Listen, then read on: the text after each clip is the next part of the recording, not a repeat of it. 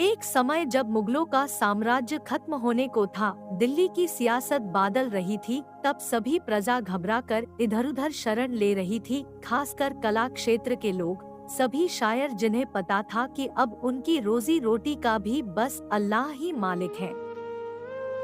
उस वक्त दिल्ली में एक मशहूर शायर हुआ करते थे जिनका नाम था मीर। एक दिन मीर भविष्य की चिंता में सर झुकाए बैठे थे, तभी राहगीर गुजरा। उसने रुककर चिंता का कारण पूछा। तब मीर ने अपने और बीवी बच्चों के भविष्य की चिंता व्यक्त की। तब उस राहगीर ने मार्ग सुझाया। उसने कहा, अभी भी हैदराबाद में मुगल राज है, वहाँ आप जैसे महान शायर की जरूरत है, आपको वहीं निकल जाना चाहिए। मीर को यह बात ठीक लगी और उन्होंने दिल्ली से रवानगी लेना तय किया।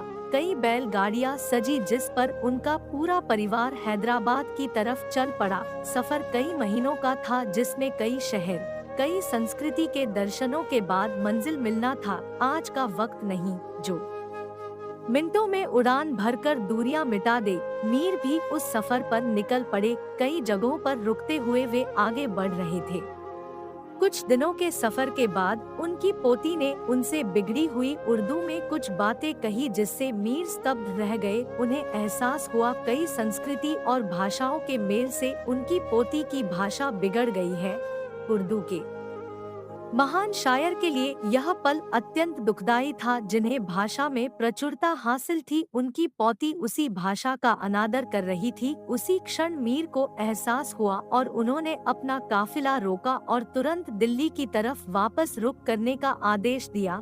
जिस पर उनकी बेगम ने पूछा, आपने फैसला भविष्य के लिए लिया था, अब आप पीछे क्यों जा रहे हैं? जिस पर मीर ने जवाब दिया, बेगम, तुम्हें रोजी रोटी की पड़ी है और यहाँ जीवन की दौलत लुटे जा रही है। लाखों की जुबान बिगड़ रही है। दिल्ली में खाने को मिले ना मिले, हम भूखे रह लेंगे, कम से कम लाखों की जुबान तो सलामत रहेगी।